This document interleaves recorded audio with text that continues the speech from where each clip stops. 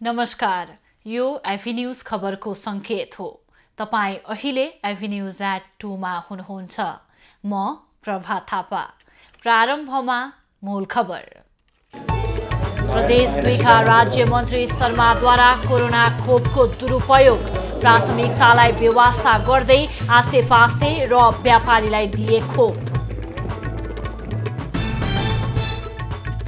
Corona संक्रमणबाट रूपन्देही र कैलालीमा थप 8 जनाको मृत्यु, विराटनगरमा पनि 2 जनाको ज्यान गयो।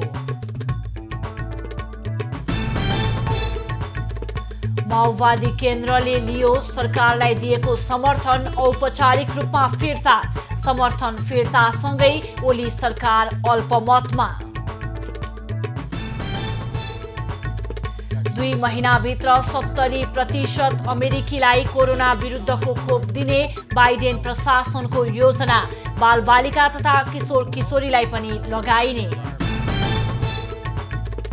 र नेपाल सुपर लिगमा आज धनगढी र पोखरा भिड्दै जित निकाल्दै लिगको शीर्ष स्थानमा उक्लने दुवै टोलीको लक्ष्य।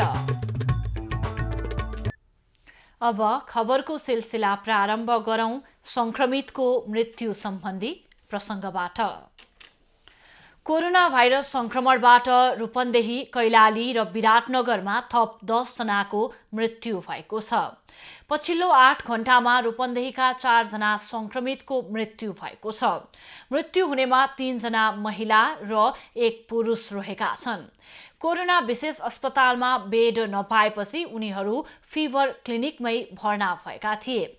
मृत्यु हुनेमा बुटवल 12 का 47 वर्षीय पुरुष, कञ्चन गाउँपालिका 4 का 27 वर्षीय महिला, बुटवल 9 का 54 वर्षीय महिला र तिलोत्तमा 4 की 40 वर्षीय महिला रहेका छन्। त्यसैगरी कैलालीका 3 जना संक्रमितको पनि सेती प्रादेशिक अस्पतालमा उपचारको क्रममा मृत्यु भएको छ। मृत्यु हुनेमा धनगढी उपमहानगरपालिका 2 का 72 वर्षीय पुरुष र 8 का 58 वर्षीय पुरुषको मृत्यु भएको छ। गौरीगंगा नगरपालिका 1 का 35 वर्षीय पुरुष रहेका छन्। कञ्चनपुरको शुक्लाफाँटा नगरपालिका वडा नम्बर 1 का 35 वर्षीय पुरुषको पनि सेती अस्पतालमा आज बिहान 4:15 बजे मृत्यु भएको बताइएको छ। यसैबीच मोरङका पनि थप 2 पुरुषको मृत्यु भएको छ। विराटनगर स्थित नोभेल शिक्षण अस्पतालमा उपचारको क्रममा बुधबार बिहान विराटनगर र सुन्दर हरैचाका 1 कोरोना संक्रमित पुरुषको मृत्यु भएको हो। मोरङको सुन्दर हरैचा नगरपालिका 7 का 54 वर्षीय पुरुष र विराटनगर महानगरपालिका 12 का 67 वर्षीय पुरुषको आज बिहान मृत्यु भएको छ। कोरोना विरुद्धको खोप सबैका लागि आवश्यक भए पनि सीमित मात्रामा मात्र खोप उपलब्ध भएपछि सरकारले प्राथमिकता निर्धारण गरेको छ। तर सरकारमै बसेका केही मन्त्रीहरूले भने खोपको दुरुपयोग गरिरहेका छन्। प्रदेश 2 का एक राज्य मन्त्रीले आफ्ना नजिकका ठेकेदार, व्यापारी र आसेपासेलाई खोप उपलब्ध गराएर खोपबारे सरकारी नीतिको धज्जी उडाएका छन्। कोरोना महामारीको बेला देशभर अग्रपन्थीमा रहेर काम गरिरहेकाहरूले खोप लगाउन नपाएको समयमा प्रदेश 2 सरकारका एक राज्य मन्त्रीले खोपको दुरुपयोग गरेका छन्। जलेश्वर नगरपालिका 7 निवासी प्रदेश नम्बर 2 को सरकारका सामाजिक विकास राज्य मन्त्री अभिराम शर्माले कोरोना भाइरस विरुद्धको खोपको दुरुपयोग गरेका हुन्। एकजना स्वास्थ्य कर्मीलाई घरमै बोलाएर उनले आफन्त र व्यापारिक साझेदारहरूलाई खोप दिलाएका छन्। यसरी खोप लगाउनेमा त्यस क्षेत्रका ठेकेदार, व्यापारी, मन्त्रीका आफन्त, भान्से, लुगा धुने धोबी, कुचिकार र आसेपासे रहेका छन्। मन्त्री जस्तो सार्वजनिक पद धारण गरेको व्यक्तिले आम जनताका बारेमा सोच्नु पर्ने ठाउँमा सीमित र आफ्ना आसेपासेलाई खोप उपलब्ध गराउनु भनेको पद र अधिकार दुवैको दुरुपयोग भएको भन्दै महोत्तरीवासीले विरोध जनाएका छन्। र यस्तो अवस्थामा चाहिँ मन्त्रीज्यूले चाहिँ आफ्नो आसेपासेलाई चाहिँ जुन यो सुई कोभिडका सुई चाहिँ लुकाएर दिइराख्नु भएको छ, त्यो साह्रै नै चाहिँ निन्दनीय काम हो। आम जनताले चाहिँ एकातिर उपचार पाइरहेका छैन, छटपटिएर मरिरहेका छन्, अर्कोतिर मन्त्रीले आसेपासेलाई यो चाहिँ सुई दिएर चाहिँ जोगिन र बचिन खोजिरहेको छ। यो चाहिँ सबभन्दा गयो गुज्रेको हामी भन्न सक्छौँ। यस्तो मन्त्री भएको मान्छेले चाहिँ यसरी गर्नु साह्रै नै ठूलो अपराध जस्तो हामी मान्दछौँ यो जलेश्वर महोत्तरीको लागि। उनीहरूले राज्य मन्त्री अभिराम शर्माले कहाँबाट खोप ल्याएको र उनीहरूले गरिरहेको खोपको दुरुपयोग तत्काल रोक्न प्रदेश नम्बर 2 का साथसाथै केन्द्र सरकारसँग माग गरेका छन्। मन्त्रीले आफन्त र आफ्ना आसेपासेलाई खोप दिएको विषयलाई लिएर जिल्ला स्वास्थ्य कार्यालय महोत्तरीले अनभिज्ञता प्रकट गरेका छन्। हुन त महामारी फैलिएको बेला सबैले खोप पाउनु पर्ने र लिनु पनि पर्ने हुन्छ, तर हाल सीमित मात्रामा मात्र खोप उपलब्ध हुन सक्दा सरकारले प्राथमिकता नै निर्धारण गरेको छ। यसरी प्राथमिकतामा पर्नेमा स्वास्थ्यकर्मी, सुरक्षाकर्मी, सफाईकर्मी, सञ्चारकर्मी, बैंक, वित्तीय संस्था र अत्याधिक जोखिममा रहेका वृद्ध वृद्धाहरू रहेका छन्। खोप सम्बन्धी सरकारको यो नीतिलाई धज्जी उडाउँदै राज्य मन्त्री अभिराम शर्माले गरिरहेको मनोमानी तत्काल रोक्नुपर्ने स्थानीयको माग छ। महोत्तरीबाट कमलेश मण्डलको रिपोर्ट। राष्ट्रपति विद्यादेवी भण्डारीले आह्वान गरेकी विशेष अधिवेशनको तयारीमा जुटेको संसद सचिवालयले आज सभामुख सहित सांसदहरूको कोरोना परीक्षणका लागि स्वाब संकलन गरिरहेको छ। सभामुख, राष्ट्रिय सभाका अध्यक्ष, उपाध्यक्ष, संघीय सांसदहरू, महासचिव, सचिव, संसद सचिवालयका सम्पूर्ण कर्मचारीहरूको PCR परीक्षणका लागि लेत्सो हलमा स्वाब संकलन भइरहेको हो। भोलि संघीय संसद रहेको अन्तर्राष्ट्रिय सम्मेलन केन्द्रका कर्मचारी, मर्यादा पालक, संसदीय मामिला पत्रकार, स्वकीय सचिवालयका कर्मचारी लगायतको परीक्षण हुनेछ। गण्डकी प्रदेशका मुख्यमन्त्री पृथ्वी सुब्बा गुरुङको एन्टिजेन परीक्षण रिपोर्ट पोजिटिभ आएको छ। एन्टिजेन रिपोर्ट पोजिटिभ आएपछि उनको PCR परीक्षणका लागि स्वाब संकलन गरिएको छ। मंगलबार उनी संसदीय दलको बैठकमा सहभागी भएका थिए। बैठक सकेर निवास फर्किएपछि उनलाई ज्वरो आएको थियो। त्यसपछि उनको एन्टिजेन परीक्षण गरिएको थियो। उनको सचिवालय स्रोतले मुख्यमन्त्री गुरुङ बिरामी भएको पुष्टि गरे पनि थप केही खुलाउन चाहेको छैन। उनका स्वकीय सचिव विक्रम न्यौपानेलाई 3 दिन अघि कोरोना संक्रमण पुष्टि भएको थियो। न्यौपाने हाल आइसोलेसनमा रहेका छन्।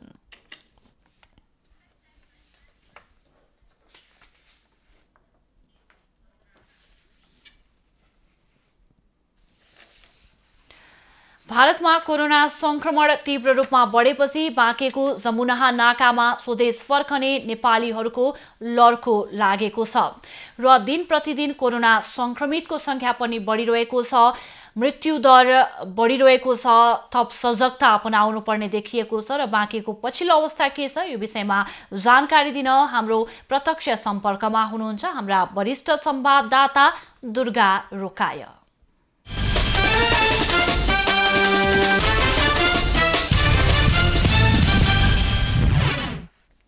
दुर्गा, बाँकेको पछिल्लो अवस्था के छ र यहाँ कुन ठाउँमा हुनुहुन्छ, के हुँदैछ, जानकारी गराउनुस् न। पर्वा बाँकेमा कोरोना नियन्त्रण निकै चुनौतीपूर्ण देखिएको छ। दिनानुदिन कोरोना संक्रमितहरू थपिरहेको अवस्थामा खास गरी यो बाँके करिब 65 किलोमिटर भारतसँग क्षेत्र जोडिएको छ र त्यसमा पनि मुख्य नाका यो जमुना नाका छ र यही जमुना नाकाबाट अहिले हामीले प्रत्यक्ष प्रसारण गरिरहेका छौँ। खास गरी यहाँ भारततर्फबाट आउने नेपालीहरूको एन्टिजेन चेक गर्ने, त्यस्तै गरेर उनीहरूलाई उताबाट लगाएर आएको मास्क फ्याँकेर नयाँ मास्क दिने, सेनिटाइजर लगाएर सुरक्षित तरिकाले नेपाल प्रवेश गराउने कार्यहरू यहाँ युनिसेफको सहयोगमा सशस्त्र प्रहरीले गरिरहेको हामीले देख्न सक्छौँ भने बाँकेमा स्थिति दिनानुदिन निकै भयावह बन्दै गएको छ। अस्पतालहरूमा शय्याहरूको अभाव भइरहेका छन् र आज भारतबाट आउने मान्छेहरूलाई सुरक्षित गर्न सकिएन भने यो स्थिति अझै भयावह हुन सक्छ भन्ने कुराको मध्यनजर गर्दै हिजोदेखि बाँकेको यो जमुना नाकामा यसरी सुरक्षित तरिकाले नेपालीहरूलाई भित्र्याउने गरिएको छ र यसै विषयमा हामीले नेपालगञ्ज उपमहानगरपालिकाका उपप्रमुख उमा थापा मगरसँग पनि कुराकानी गर्न चाहन्छौँ। खास गरी नेपालगञ्ज विगत वैशाखदेखि निकै कोरोनाको तीव्र गति उच्च दरले कोरोना बढिरहेको अवस्थामा यहाँहरूले के गर्नु भएको छ अहिले यसको नियन्त्रणका लागि? वास्तवमै पछिल्लो चरणको कोरोना संक्रमणको जुन दोस्रो भेरिएन्टको अवस्था तपाईँ हामी सबैले अहिलेको नेपालगञ्जको अवस्थाले चाहिँ अनुभूति गरिरहेका छौँ। यसमा अहिले हामी सीमानाका जमुना रुपैडिया सीमानाकामा छौँ। यहाँ हामीले हेर्न सक्छौँ सीमानाकामा हाम्रा चाहिँ स्वास्थ्य कर्मीहरू चेक जाँचको लागि बसिराख्नु भएको छ।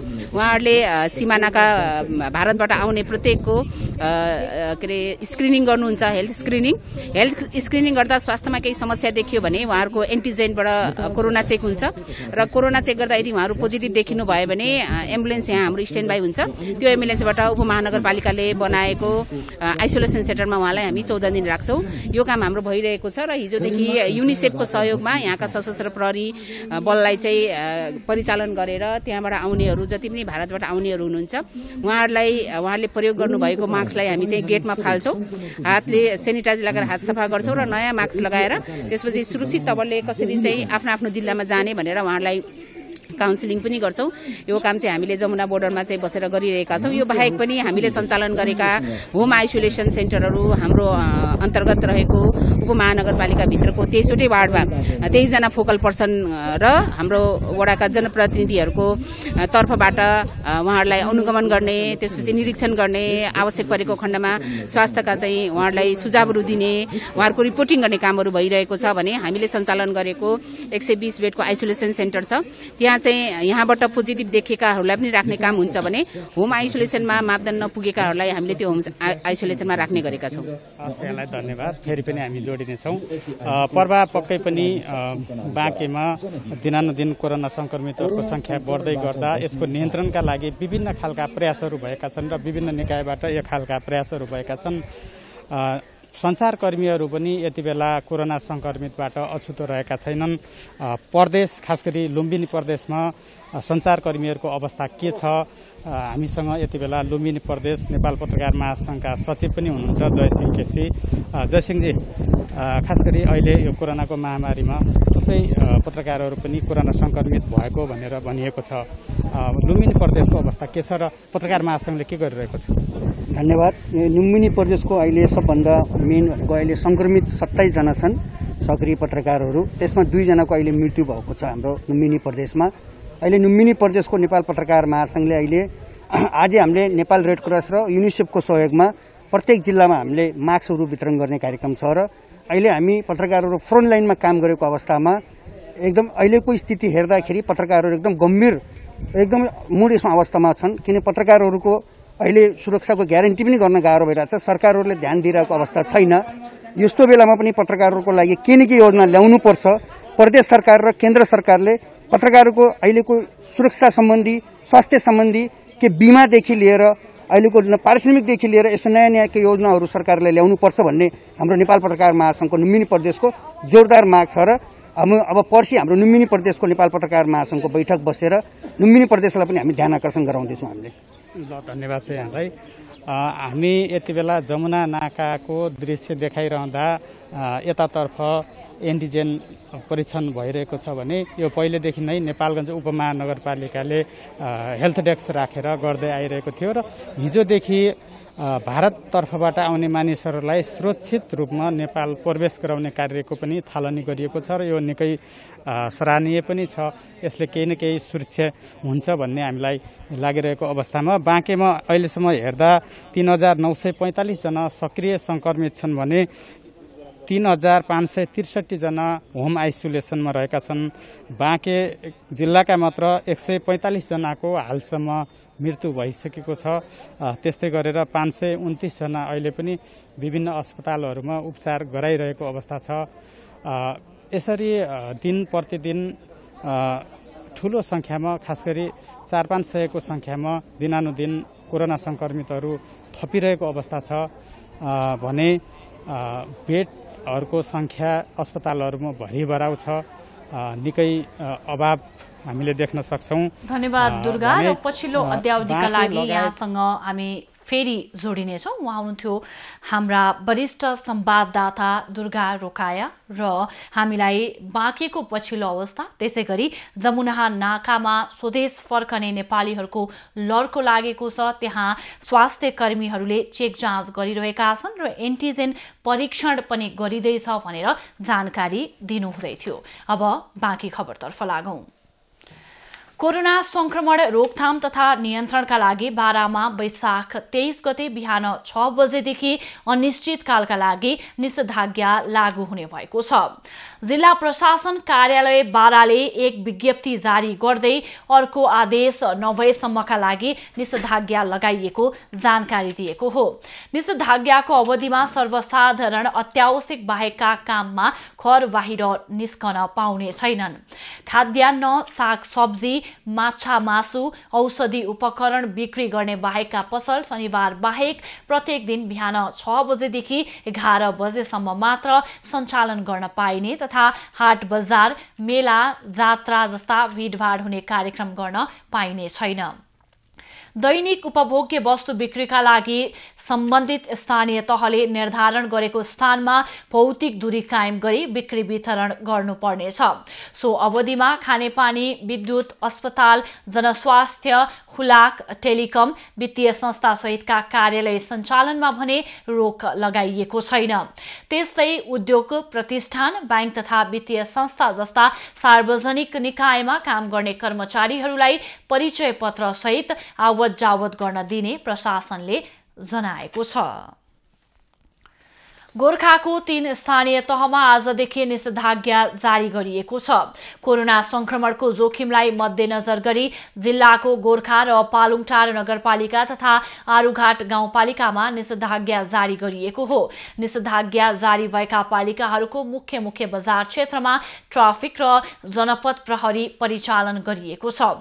अत्यावश्यकीय काम तथा निषेधाज्ञामा छुट भएका व्यक्ति तथा सवारी साधन बाहेक अन्यलाई प्रहरीले चेक जाँचपछि नियन्त्रणमा लिन थालेको छ।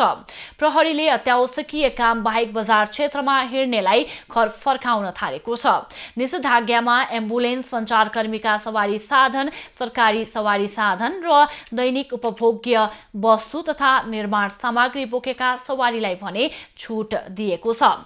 गोर्खामा कोरोना संक्रमणको अवस्थाबारे थप जानकारी दिन यतिखेर हाम्रो टेलिफोन सम्पर्कमा हुनुहुन्छ हाम्रा संवाददाता कैलाश बाबु श्रेष्ठ। कैलाश, गोर्खामा के छ अवस्था, जानकारी गराउनुस् न। गोर्खाको पछिल्लो अवस्था भनेको चाहिँ यतिखेर कोरोना संक्रमितको संख्या 196 पुगेको छ र यो चाहिँ गोर्खाको 3वटा पालिका जुन सदरमुकामसँग जोडिएको छ, गोर्खा नगरपालिका, पालुङटार नगरपालिका र आरुघाट गाउँपालिका, आजबाट यो वैशाख मसान्तसम्म 31 गतेसम्मलाई निषेधाज्ञा जारी गरेको छ। र पछिल्लो रेकर्ड हेर्ने हो भने हिजो हामी 146 सक्रिय संक्रमित थियौँ र आज मात्रै 50 जनाको संख्या बढेर 196 पुगेको छ। र यो बिचमा हामीले प्रमुख जिल्ला अधिकारीसँग सम्पर्क गर्ने कोसिस गरेको थियौँ। उहाँले भन्नुभएको छ कि यदि यो संख्या फेरि बढ्न थाल्यो भने हामी जिल्ला नै लकडाउन गर्नुपर्ने अवस्थामा पुग्न सक्छ। अहिले निषेधाज्ञा मात्रै जारी गरेका भनेर भन्नुभएको छ। कैलाश, जो सक्रिय संक्रमित छन् उनीहरूलाई के कसरी उपचार गरिराखिएको अवस्था छ या होम आइसोलेसनमा छन्, के छ? संक्रमितको अवस्था चाहिँ अलिक गम्भीर भएको अवस्थामा मात्रै उनीहरूलाई गोर्खा अस्पताल अथवा सदरमुकामको अस्पताल अथवा गाउँपालिकाभित्र भएको अन्य स्वास्थ्य चौकीमा भर्ना गरेर उपचार गर्ने व्यवस्था मिलाइएको छ। त्योभन्दा सामान्य भएको अवस्थामा भने घरमा नै राखेर चाहिँ होम आइसोलेसनमै जवानी गरेर चाहिँ स्वास्थ्य कर्मीहरूले नियमित रूपमा चाहिँ उहाँहरूको स्वास्थ्य अवस्थाको जानकारी लिने गरेर चाहिँ अहिले उपचार भइरहेको छ। कैलाश, हुन त नेपालको परिवेशमै हेर्ने हो भने कोरोना संक्रमितको संख्या बढिसकेपछि मात्रै त्यहाँको स्थानीय प्रशासन वा सम्बन्धित निकायले चाहिँ बेडहरू थप्ने वा अन्य भौतिक पूर्वाधार निर्माण गर्ने कार्यहरू अगाडि बढाइराखेको अवस्था छ। गोर्खामा यसो नहुन दिनका लागि भनौँ या संक्रमितको संख्या वात्तै बढ्ने पछि चाहिँ पूर्वाधार नहोस् भन्नका लागि त्यहाँको स्थानीय प्रशासनहरूले केही पहल गरेको छन् छैन, के छ यो विषयमा चाहिँ? स्थानीय प्रशासनहरूले पहल गरेको छ। यो चाहिँ अब कोरोना अहिले मात्र होइन, विगत 1 वर्षदेखि नै रहेको कोरोनाले अघिल्लो वर्षको चाहिँ सिकाइले पनि केही काम गरेको छ।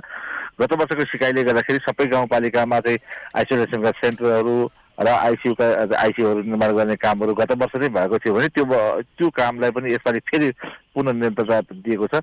र साथसाथै यो वर्ष थप आइसोलेसनहरू थप्ने, बेडहरूको सङ्ख्या बढाउने र सदरमुकाममा पनि त्यसको सङ्ख्या थप्ने काम चाहिँ सुरु गरेको छ। धन्यवाद कैलाश। र पछिल्लो अध्यावधिका लागि यहाँसँग हामी फेरि जोडिनेछौँ। उहाँ हुनुहुन्थ्यो हाम्रा संवाददाता कैलाश बाबु श्रेष्ठ र हामीलाई गोर्खाको पछिल्लो अवस्थाको बारेमा जानकारी गराउनु हुँदै थियो भने विशेष गरी गोर्खाको 3 स्थानीय तहमा आजदेखि निषेधाज्ञा जारी गरिएको छ। सक्रिय संक्रमितको संख्या 196 पुगेको छ। कोरोना संक्रमणको जोखिमलाई मध्यनजर गर्दै जिल्लामा विशेष व्यवस्था पनि गरिएको छ। भौतिक पूर्वाधारहरूको निर्माण कार्यलाई पनि अगाडि बढाइएको छ भने अहिले सक्रिय संक्रमितहरू कोही होम आइसोलेसनमा छन्। यदि चिकित्सित भएको खण्डमा जिल्ला अस्पतालमा लगिने भनेर पनि हाम्रा संवाददाता कैलाश बाबु श्रेष्ठले जानकारी दिनुभएको छ। नेकपा माओवादी केन्द्रले वर्तमान सरकारलाई दिएको समर्थन औपचारिक रूपमा फिर्ता लिएको छ। 2 कम्युनिस्ट घटक नेकपा एमाले र नेकपा माओवादी केन्द्र बीच 3 वर्ष 2 महिनादेखि जारी सत्ता सहकार्यमा आजदेखि औपचारिक रूपमा पूर्ण विराम लागेको छ। माओवादी केन्द्रले बुधबार सरकारलाई दिएको समर्थन फिर्ता लिएको बारे संघीय संसद सचिवालयलाई जानकारी गराएको हो। बुधबार बिहान बसेको संसदीय दलको बैठकले 2074 साल फागुनमा प्रधानमन्त्री केपी ओलीलाई दिएको समर्थन फिर्ता लिने निर्णय गरेको थियो। माओवादी केन्द्रका प्रमुख सचेतक गुरुङले प्रधानमन्त्रीका एकपछि अर्को संविधान प्रतिकूलका कदमहरूले राष्ट्रियता, लोकतन्त्र, जनजीविका लगायतका मुद्दामा गम्भीर खतरा पैदा भएको र अन्ततः राष्ट्रिय स्वाधीनताकै मुद्दा गम्भीर खतरामा पर्दै गएकाले समर्थन फिर्ता लिएको बताए। जनजीविका लगायतका सबै मुद्दाहरूमा, सबै इस्युहरूमा गम्भीर खतरा पर्दै गएर प्रकारान्तर रूपले राष्ट्रिय स्वाधीनताकै मुद्दा गम्भीर खतरामा पर्दै गइरहेको हुनाले चाहिँ हामीले यो समर्थन फिर्ता गर्नुपर्छ भनेर चाहिँ आजको मितिदेखि लागू गर्ने गरिकन समर्थन फिर्ता गरेका हौँ। प्रमुख सचेतक गुरुङले समर्थन फिर्ताको पत्र संघीय संसद प्रतिनिधि सभाका सचिव गोपालनाथ योगीलाई बुझाएका हुन्। वैशाख 27 गते प्रधानमन्त्री ओलीले प्रतिनिधि सभाबाट विश्वासको मत लिने तय भएको छ।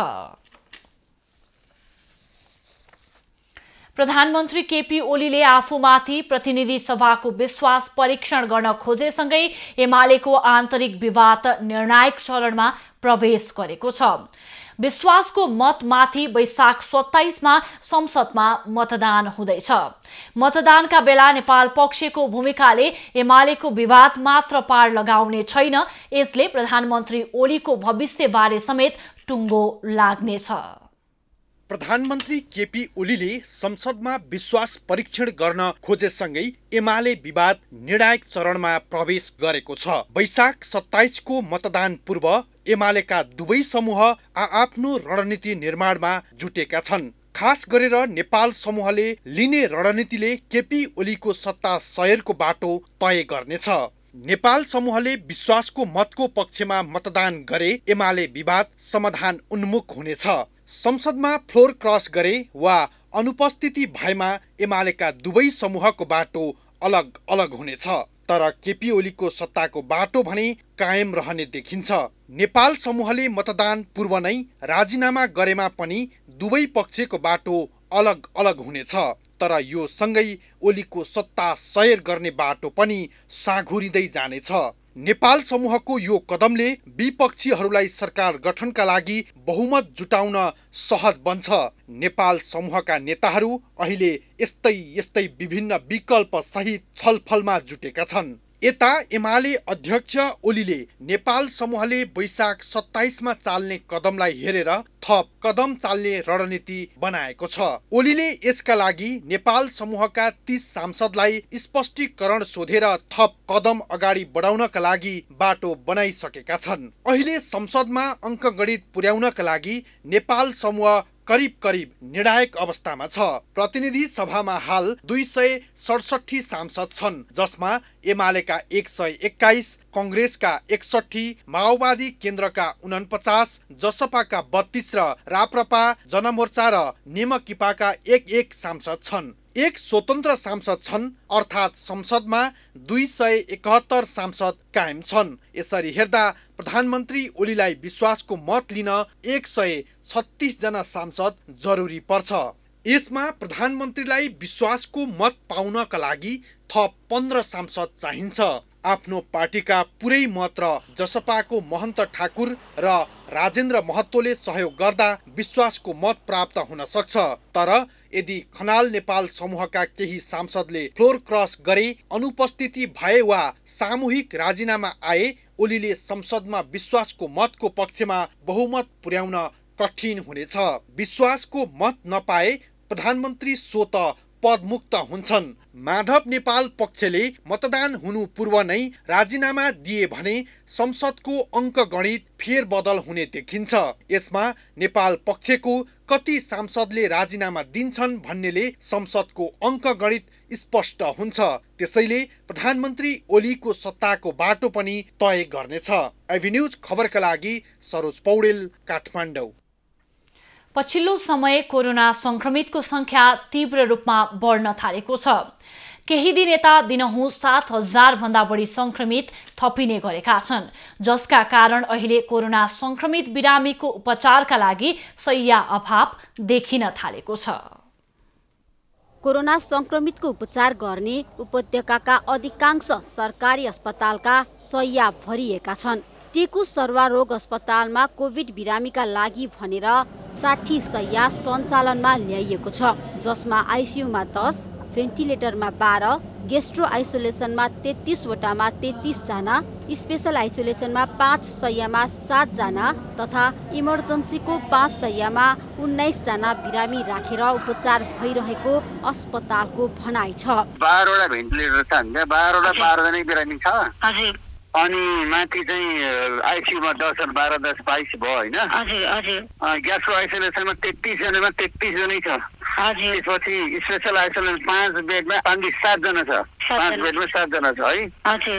अनि इमर्जेन्सी तिम्रो कति बेडको इमर्जेन्सी 5 बेडको 19 जना बिरामी छ। राजधानीका विभिन्न कोभिड उपचार अस्पताल मध्ये 3V शिक्षण अस्पताल महाराजगञ्जमा संक्रमितको उपचार गर्न जम्मा 113 शैय्या व्यवस्था गरिएको छ, जसमध्ये 35 जना आइसियुमा र 7 जना भेन्टिलेटरमा उपचाररत र बाँकी सामान्य वार्डमा उपचार गराइरहेका छन्। यहाँ भेन्टिलेटर शैय्या क्षमता 11 वटा मात्र छ। त्यस्तै सशस्त्र प्रहरी बल अस्पताल बलम्बुमा संक्रमितको उपचारका लागि 140 शैय्या छुट्याइएको छ। यहाँ 20 वटा आइसियु र 8 वटा भेन्टिलेटर रहेका छन्, जसमध्ये अहिले 11 जना आइसियु र 2 जना भेन्टिलेटरमा उपचाररत छन्। दिनहुँ संक्रमित बढ्दै गएका कारण अधिकांश सरकारी अस्पतालमा शैय्या अभाव देखिएको स्वास्थ्य मन्त्रालय बताउँछ।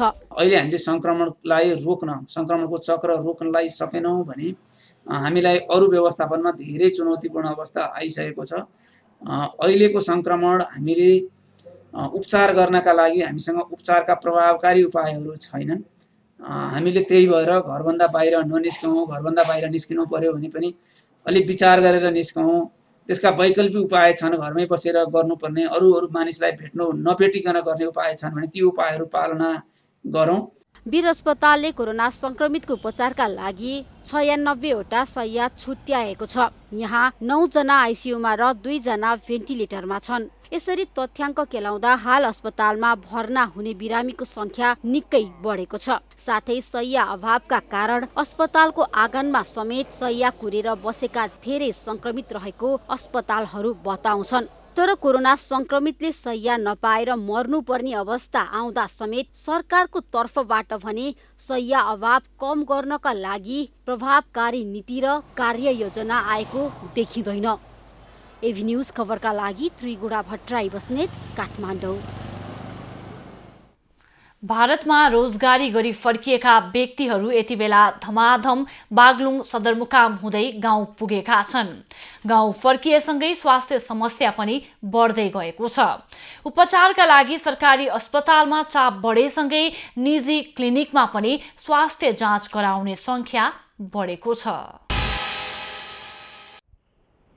बागलुङ जिल्लाका धेरै जसो गाउँमा अहिले कोरोनासँग मिल्दो लक्षण भएका बिरामी बढेका छन्। धौलागिरी अस्पताल बागलुङमा रुगाखोकी, ज्वरो र शरीर दुख्ने समस्याका बिरामीहरूको चाप बढेको छ। जिल्लामा कोरोनाका बिरामी बढेकाले लकडाउन भएसँगै धौलागिरी अस्पतालले इमर्जेन्सी बाहेक अन्य सेवा दिन कठिनाई भएको छ। कोरोनाको खोप लगाएका स्वास्थ्य कर्मीमा समेत कोरोना पोजिटिभ देखिएपछि अस्पतालको ओपीडी वार्ड प्रभावित भएको छ। अस्पतालमा इमर्जेन्सी बाहेकका स्वास्थ्य सेवा कम गर्न थालेपछि मेडिकलमा बिरामीको चाप बढेको छ।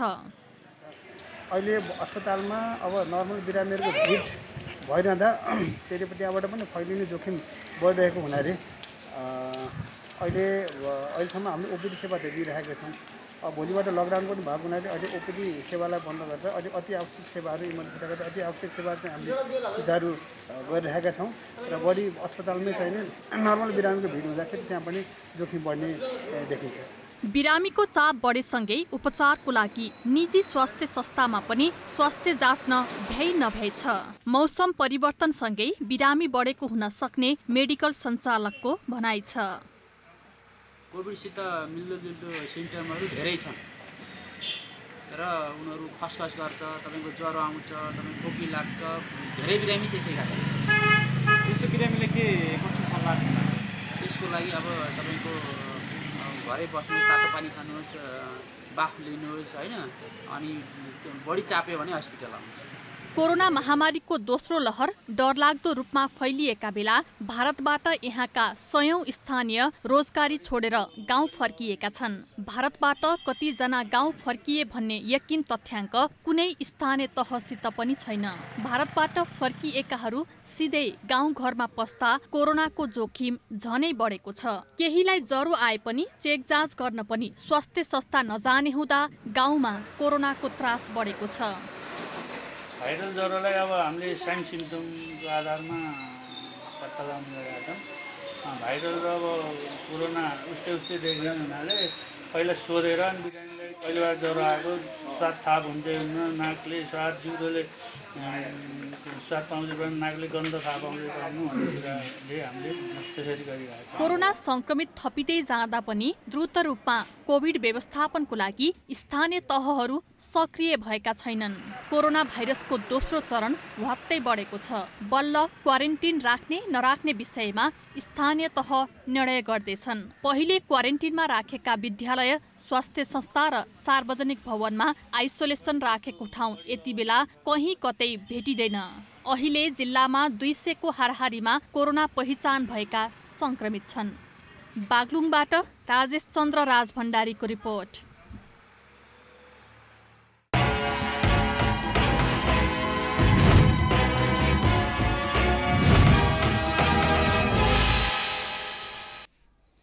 आज देशका केही स्थानमा हावाहुरी तथा भारी वर्षाको सम्भावना रहेकाले सतर्क रहन मौसमविदहरूले सुझाव दिएका छन्।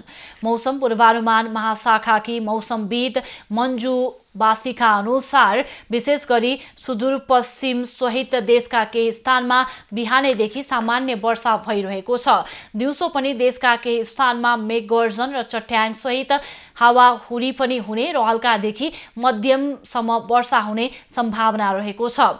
गण्डकी, लुम्बिनी, बागमती र प्रदेश नम्बर 2 का 1-2 स्थानमा भने भारी वर्षाको समेत सम्भावना रहेको छ। काठमाडौँ उपत्यकामा पनि भारी वर्षा हुन सक्ने सम्भावना रहेको बताइएको छ। अहिले प्री मनसुनको समय हो, तर यसपटक भारी वर्षाको समेत सम्भावना देखिएको मौसमविद बासीले बताएकी छन्। उनका अनुसार प्री मनसुन अन्त्य भएर मनसुन आउन अझै 1 महिना जति नै बाँकी छ। यसपालि मनसुन पनि अलि चाँडै भित्रने सम्भावनाको संकेत देखिएको छ। दाङमा जीप दुर्घटना हुँदा चालकको मृत्यु भएको छ। अन्य 2 जना घाइते भएका छन्। मदन भण्डारी लोकमार्ग अन्तर्गत घोराही उपमहानगरपालिका 4 बङ्गाने भन्ने स्थानबाट बा 13/8048 नम्बरको स्कर्पियो दुर्घटना हुँदा चालक घोराही उपमहानगरपालिका 13 बडहराका विष्णु गिरीको घटनास्थलमै मृत्यु भएको हो। रोल्पाबाट घोराही आउँदै गरेको जीप गैराती दुर्घटनामा परेको बताइएको छ। दुर्घटनामा परि तुलसीपुर उपमहानगरपालिका 4 का 33 वर्षीय राजकुमार थापा र तुलसीपुर 16 का 23 वर्षीय बसन्त भण्डारी घाइते भएका छन्।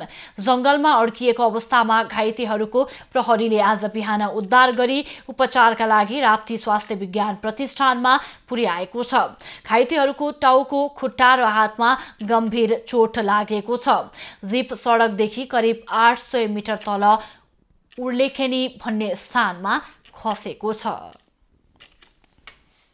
अनलाइन मार्फत कारोबार गर्नेहरूको छाता संस्था ई बिजनेस एसोसिएसन नेपाल इभानले निषेधाज्ञाका बेला ई कमर्सको व्यापारमा सहयोग गर्न सरकारवालाको ध्यान आकर्षण गरेको छ। उनीहरूले नेपालमा विश्व बजारमा लागू भएको व्यवस्था आत्मसात गर्न नसकेकोमा गुनासो गरेका छन्। नेपालमा यस्तो सेवालाई अत्यावश्यक वस्तुको परिभाषाभित्र नपारिनुले सेवा सञ्चालनमा निकै कठिनाई भोग्नु परेको व्यवसायीहरूको भनाइ छ। यो सेवाका बारे मापदण्ड प्रष्ट नभएकाले डेलिभरीकर्ता र सरकारी अधिकारीहरूको बीचमा आवश्यक समन्वयको अभाव देखिएको बताइएको छ। निषेधाज्ञाका कारण दैनिकी प्रभावित भइरहेका बेला आम उपभोक्ताको आवश्यकतालाई पूरा गर्न ई कमर्सले प्राथमिकता पाउन थालेको भन्दै यसमा सरकारले सहयोग पुर्याउनु पर्ने बताएको हो। उपभोक्ताहरूलाई आवश्यक पर्ने दैनिक उपभोग्य वस्तुको साथै औषधि तथा लत्ता कपडा जस्ता अन्य अत्यावश्यक वस्तुको खरिदका लागि ई कमर्स सहज माध्यम बन्दै गएको छ। नेपालमा सन् 2020 देखि ई बिजनेस एसोसिएसन नेपाल इभानले सबै ई व्यापार र विशेष गरी ई वाणिज्य तथा होम डेलिभरी कम्पनीहरूको प्रतिनिधित्व गर्दै आइरहेको छ। भोजपुरमा प्रदेश नम्बर 1 सरकारको 4 करोड 84 लाख लागतमा निर्माण भइरहेको दिङला बहुउद्देश्यीय धर्मशालाको काम 90% भन्दा बढी सम्पन्न भएको छ। धर्मशाला शिलान्यास भएको करिब 14 महिनाको अवधिमा 90% काम सम्पन्न भएको हो। बालागुरु सडानन्दको जन्मभूमि भोजपुरको दिङलामा प्रदेश सरकारले धर्मशाला निर्माण सुरु गरेको हो। सडानन्दको पुण्यभूमिलाई विकास गर्ने लक्ष्यका साथ निर्माण गरिएको धर्मशाला निर्माणको काम 90% सम्पन्न भएको निर्माण कम्पनीले जनाएको छ। धर्मशाला निर्माण वैशाख महिनाभित्र सम्पन्न गर्ने लक्ष्यका साथ काम भए पनि भुक्तानीमा समस्या भएकाले निर्माणको काममा केही ढिला भएको निर्माण कम्पनीको भनाइ छ। हामीले यो भवन सक्नुपर्ने भनेको यो आउने असोज 22-23सम्ममा सक्नुपर्ने, यसको डेट अन्तिम डेट। तर हामीले अहिले जुन भुक्तानीको समस्या भयो होइन, हामीसँग भएको जति स्रोत साधन हामीले युज लगाइसक्यौँ। 3 तला रहेको भवनको 30 मिटर लम्बाइ र 20 मिटर चौडाइ रहेको छ। निर्माण अवधि आगामी असोज महिनासम्म भए पनि तोकिएको अवधि भन्दा अगाडि सक्ने लक्ष्य रहेको कम्पनीको भनाइ छ। धर्मशाला निर्माणले विभिन्न समयमा हुने मेला, महोत्सव तथा अन्य विविध कार्यक्रमलाई व्यवस्थापन गर्न सहजता हुने जनाएको छ। यसले सडानन्द नगरपालिकाको विकासमा टेवा पुग्ने जनाइएको छ। सडानन्द नगरपालिकाको रामचन्द्र मन्दिर नजिकै रहेको, पहिलादेखि परापूर्वकालदेखि नै यहाँ चाहिँ मन्दिर, त्यस पछाडि मेलाहरू, बाला चतुर्दशी, रामनवमी मेलाहरू लाग्दै आइरहेको र अत्यन्तै बढी भक्तालुजनहरू आउनुहुने र आए पछाडि चाहिँ बस्ने ठाउँको अभाव, बाहिर फेरबाट आउने मान्छेहरूलाई, यात्रुहरूलाई बस्ने सुविधा होस् र चाहिँ यो तीर्थालुहरू चाहिँ यहाँ प्रशस्त मात्रामा आउनुहुन्छ भन्ने हो। र यसको नाम हामीले बहुउद्देश्य भनेर राखेका छौँ। बहुउद्देश्य भनेपछि यसमा बिहा, वर्तमान, धार्मिक कार्यहरू पनि यही भित्र चाहिँ हुन सकोस्। निर्माण भइरहेको धर्मशालाको अनुगमन तथा निर्माणका क्रममा आइपर्ने समस्याका विषयमा सडानन्द नगरपालिकाले पनि सहयोग गर्दै आएको छ। यहाँ चाहिँ तपाईँको यो पार्टी प्यालेसलाई चाहिँ टप फ्लोरमा पार्टी प्यालेस प्रयोग गरिन्छ र दोस्रोमा चाहिँ हाम्रो चाहिँ भवनहरू चाहिँ गेस्ट हाउसको रूपमा प्रयोग गरेर ग्राउन्ड फ्लोरमा चाहिँ हाम्रो चाहिँ यो कमर्सियल भवन कमर्सियल व्यापारिक प्रयोजनको लागि त्यसको लागि चाहिँ हामी ग्राउन्ड फ्लोरमा चाहिँ हामीले त्यसको व्यवस्था गरी निर्माण गर्न लागेको हो। धर्मशाला निर्माणको कुल लागत भ्याट बाहेक 4 करोड 84 लाख रहेको छ।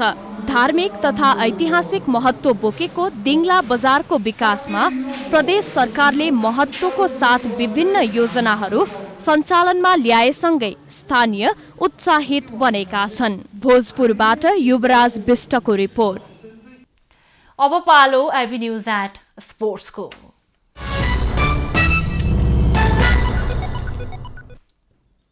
पहिलो संस्करणको नेपाल सुपर लिग NASL फुटबलमा आज एक खेल हुँदैछ। त्रिपुरेश्वर स्थित दशरथ रङ्गशालामा साँझ 5:30 बजे हुने खेलमा धनगढी FC र पोखरा थन्डर्स बीच प्रतिस्पर्धा हुनेछ।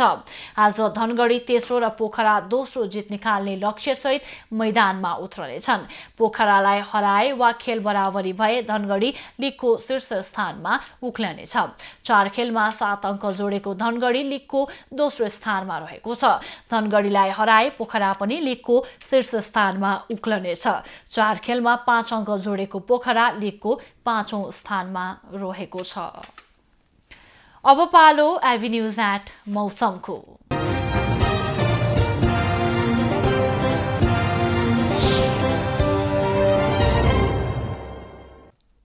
हाल सुदूरपश्चिम प्रदेश 1, प्रदेश 2 र बागमती प्रदेशका थोरै स्थानमा मेघ गर्जन र चट्याङसहित हल्का वर्षा भइरहेको छ। अपराह्न गण्डकी, लुम्बिनी, बागमती र प्रदेश 2 का 1-2 स्थानमा भारी वर्षाको सम्भावना रहेको जल तथा मौसम पूर्वानुमान महाशाखाले जनाएको छ। काठमाडौँ उपत्यकाको आजको अधिकतम तापक्रम 26 डिग्री सेल्सियस र न्यूनतम तापक्रम 15 डिग्री सेल्सियस बीच रहने अनुमान गरिएको छ। आज सूर्योदय बिहान 5:20 भयो भने सूर्यास्त साँझ 6:40 हुनेछ। आज देशभरको मौसम कस्तो रहला त? हेरौं देशका विभिन्न स्थानको अनुमानित मौसमी अवस्था।